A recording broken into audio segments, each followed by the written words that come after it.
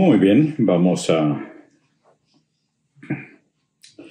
abrir la Biblia allí en Efesios 4:3, que dice la palabra de Dios lo siguiente: Esfuércense por mantener la unidad del Espíritu mediante el vínculo de la paz.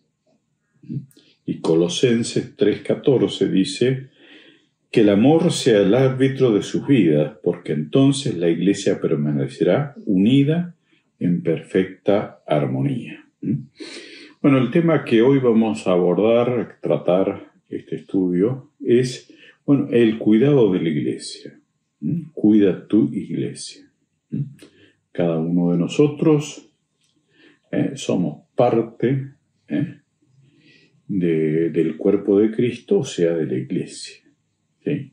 Y entonces es nuestro deber poder cuidar. Nos toca a nosotros proteger la unidad de la Iglesia.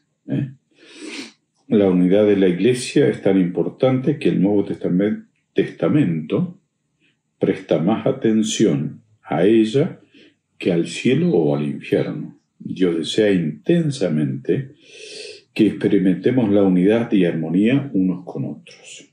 La unidad es el alma de la comunión. Destrúyela y arrancarás el corazón del cuerpo de Cristo. Es la esencia, el núcleo de cómo Dios quiere que experimentemos juntos la vida en su Iglesia. Nuestro modelo supremo para la unidad es la Trinidad, Padre, Hijo y Espíritu Santo. Están completamente unificados como uno. Dios mismo es el ejemplo supremo de amor sacrificado, de la humilde consideración hacia los demás y de la armonía perfecta. Al igual que todo padre, nuestro Padre Celestial se regocija viendo cómo sus hijos se llevan bien entre sí. En los momentos finales, antes de su arresto, Jesús oró apasionadamente por nuestra unidad. Esto era lo que predominaba en su mente durante esas horas de agonía, lo cual demuestra cuán importante es este asunto. Esta oración está allí en el capítulo 17, ¿sí? Los versos 20, 23 allí en el Evangelio de Juan. Nada en la tierra es más valioso para Dios que su Iglesia. Él pagó el precio más alto por ella. Y quiere que la protejamos, sobre todo del daño devastador que causan las divisiones y los conflictos y la falta de armonía. Si formas parte de la familia de Dios, es tu responsabilidad proteger la unidad donde te congregas en comunión. Jesucristo te encomendó hacer todo lo que esté a tu alcance para conservar la unidad, proteger la comunión y promover la armonía en la familia de su Iglesia. Entre todos los creyentes, la Biblia nos indica: esfuércense por mantener la unidad del Espíritu en el vínculo de la paz. Efesios 4:3. ¿Cómo podemos hacerlo? La palabra de Dios nos da consejos prácticos. ¿Sí? El primero: enfoquémonos en lo que tenemos en común, no en las diferencias. ¿Sí? Esforcémonos en promover todo lo que conduzca a la paz y a la mutua edificación. Romanos 14:19. Lo que conduzca a esa mutua edificación es el norte, la meta. ¿Sí? En la Iglesia estamos para edificarnos mutuamente. ¿Sí? Como creyentes compartimos un Señor, un cuerpo, un propósito, un Padre, un Espíritu, una esperanza, una fe, un bautismo y un amor. Compartimos la misma salvación, la misma vida, el mismo futuro, factores mucho más relevantes que cualquier diferencia que podríamos enumerar. Estos son los asuntos en los que debemos enfocarnos, no en nuestras diferencias personales. Debemos recordar que fue Dios quien nos escogió para para darnos personalidades, trasfondos, razas y preferencias diferentes, de modo que podamos valorar y disfrutar esas diferencias. No solamente tolerarnos, Dios quiere unidad, no uniformidad. Por causa de la unidad, nunca debemos permitir que las diferencias nos dividan. Debemos permanecer concentrados en lo más importante. Aprender a amarnos como Cristo nos amó y cumplir los 5 propósitos de Dios para cada uno de nosotros y para su iglesia. Por lo general, el conflicto es una señal de que estamos concentrándonos en otros asuntos menos importantes, lo que la Biblia llama discusiones necias. La división siempre surge cuando dirigimos la mirada hacia las personalidades, las preferencias, las interpretaciones, los estilos y los métodos. Pero si nos concentramos en amarnos y en cumplir los propósitos de Dios, el resultado es la armonía. Pablo rogaba por esto, que haya verdadera armonía para que no surjan divisiones en la iglesia. Les suplico que tengan la misma mente, que estén unidos en el mismo pensamiento y propósito. Primera de Corintios 1:10. Bueno, en segundo lugar, lo que el Señor nos muestra en la palabra es que debemos ser realistas con respecto a nuestras expectativas. Cuando descubrimos cómo Dios quiere que sea la verdadera comunión, es fácil desanimarnos por la diferencia entre lo ideal y la realidad. En nuestra iglesia, sin embargo, debemos amar a la iglesia con pasión, pese a sus imperfecciones. Anhelar lo ideal mientras criticamos lo real es señal de inmadurez. Por otro lado, si uno se conforma con la realidad sin esforzarse por alcanzar lo ideal, es una señal de complacencia. La madurez consiste en vivir con esa tensión, ¿sí? Siempre debemos mejorar. Había una vieja canción que solíamos cantar que decía siempre mejorando en el Señor. Y esa sí debe ser nuestra motivación permanente. Por supuesto que habrá personas creyentes que nos van a defraudar, que son distintos a lo que nosotros esperábamos.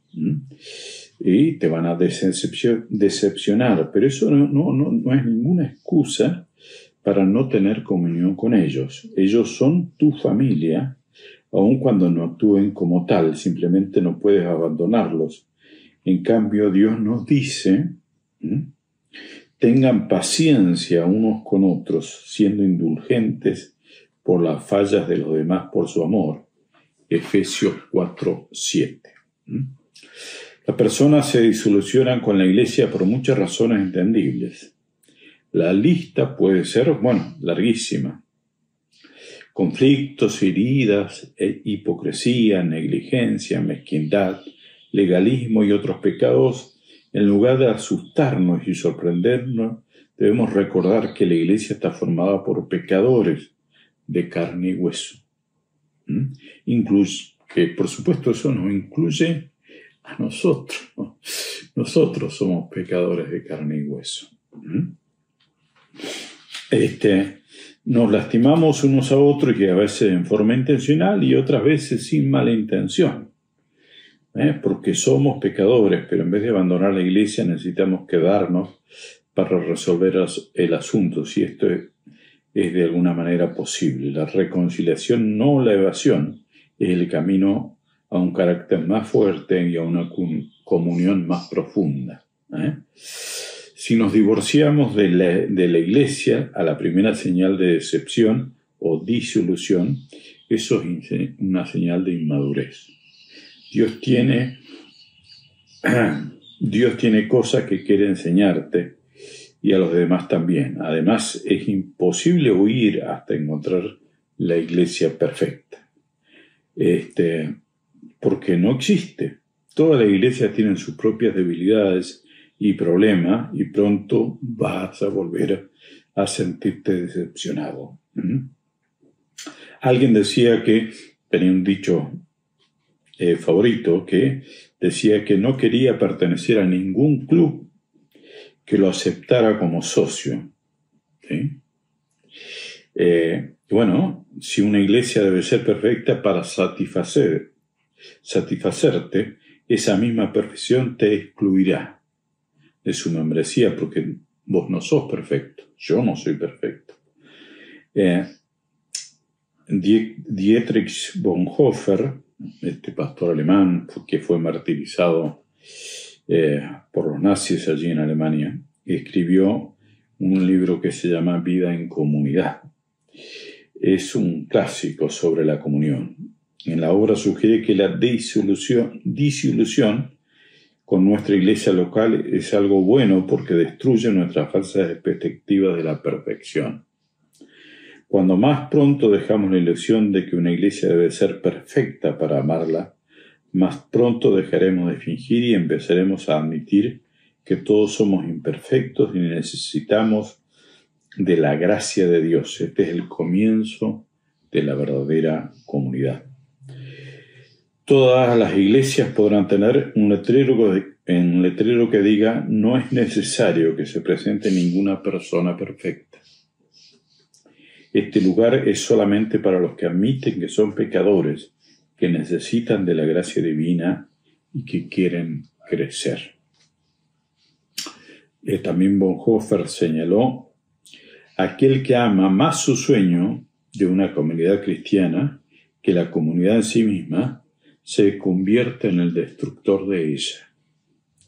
Si no damos gracias diariamente por la fraternidad cristiana en la que nos desenvolvemos, aún allí donde no hay grandes experiencias ni riqueza, evidentemente hay mucha debilidad, fe vacilante y dificultades. Si en lugar de ello nunca hacemos otra cosa que quejarnos ante Dios para hacer todo tan miserable, tan mezquino, tan poco de acuerdo con lo que hemos esperado, entonces le impedimos a Dios hacer crecer nuestra comunidad, de acuerdo con la medida y riqueza que nos espera a todos en Jesucristo.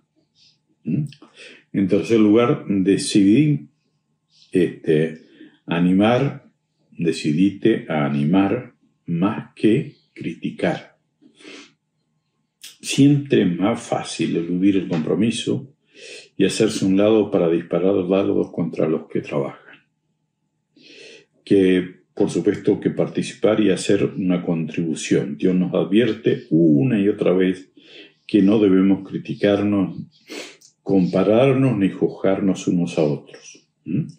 Cuando criticas a otro creyente, estás haciendo con fe y convicción sincera, interfieres en los asuntos de Dios. ¿Qué derecho tienes de criticar a los siervos de otro? Solo su Señor puede decidir si está haciendo lo correcto. Pablo agrega que no debemos juzgar o despreciar a otros creyentes cuyas convicciones son diferentes a las nuestras. Esto siempre es Romanos capítulo 14, ¿no? Dice en el verso 10, ¿por qué criticas las acciones de tu hermano? ¿Por qué intentas empequeñecerlo? Todos seremos juzgados un día, no por las normas de otros, ni siquiera por las nuestras, sino por el juicio de Dios. O sea, siempre es Dios el que va a juzgar a cada hermano. No necesita de nosotros para juzgarlos. La Biblia llama a Satanás el acusador de nuestros hermanos. El trabajo del diablo consiste en culpar y quejarse y criticar a los miembros de la familia de Dios. Todo el tiempo que pasamos haciendo lo mismo es porque hemos sido embaucados y estamos haciendo el trabajo de Satanás. Recuerda que los cristianos que a otros cristianos no importa cuánto discrepes con ellos, no son el verdadero enemigo. Todo el tiempo que pasamos comparando o criticando a otros hermanos debería ser utilizado para construir la unidad de nuestra comunidad. La Escritura dice, allí en Romanos 14:19, pongámonos de acuerdo en usar toda nuestra energía para llevarnos bien entre nosotros. Ayúdenos a los demás con palabras alentadoras. No los derrumben con la crítica. En cuarto lugar, debemos negarnos a escuchar chismes, que son tremendos como dañan a la vida de la iglesia. Chismear es divulgar una información cuando uno no es parte del problema, ni de la solución. Tú sabes que chismear está mal, pero tampoco debes escucharlos. ¿Sí? Si es que quieres proteger tu iglesia, escuchar los chismes es como aceptar algo robado y te conviertes también en culpable de delito. Es triste que el rebaño de Dios, las heridas más grandes, generalmente vienen de otras ovejas y no de los lobos.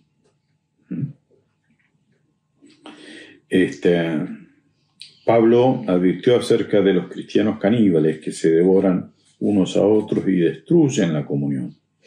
La Biblia dice que esta clase de abortadores debe ser evitado porque el chismoso revela los secretos, por tanto no te asocies con él.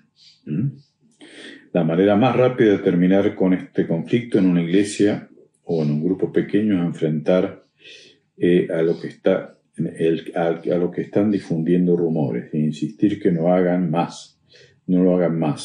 Salomón decía: sin combustible se apaga el fuego, las tensiones desaparecen cuando se acaban los chismes. Proverbios 26:20. En quinto lugar, usar la práctica o el método de Dios para solucionar conflictos. Esto está en Mateo capítulo 18, allí los versos 15 en adelante, que dice así: si tu hermano peca contra ti, ve a solas con él y hazle ver su falta. Si te hace caso, has ganado a tu hermano. Pero si no, lleva contigo uno o dos más, para que todo el asunto se resuelva mediante el testimonio de 2 o 3 testigos. Si se niegan a hacerlo, caso a ellos, entonces sí, díselo a la iglesia. Durante los conflictos siempre vas a ser tentado para incluir a algún tercero. Pero Dios pide que lo arreglemos entre nosotros, o sea, ir primero a hablar con la persona. Así que sigamos la práctica que Dios nos enseña para solucionar los conflictos. Bueno, en sexto lugar, debemos apoyar el trabajo del pastor y de los líderes, que por supuesto no son perfectos. No somos perfectos. Pero bueno, Dios ha concedido a algunos la responsabilidad de guiar la vida de la iglesia. Para mantener la unidad se necesita el apoyo de todos. Bueno, la solución de los conflictos es una tarea difícil y a veces ingrata. Y tanto pastores como líderes necesitan del apoyo y de la oración del resto de la iglesia en estas circunstancias. La Biblia es clara en la manera en que hemos de relacionarnos con los que nos sirven. Hebreos 13:17 dice: respondan a sus líderes pastorales, escuchen su consejo, ellos están alerta a la condición de sus vidas. Otro y obra bajo la supervisión estricta de Dios, contribuyan al gozo de su liderazgo.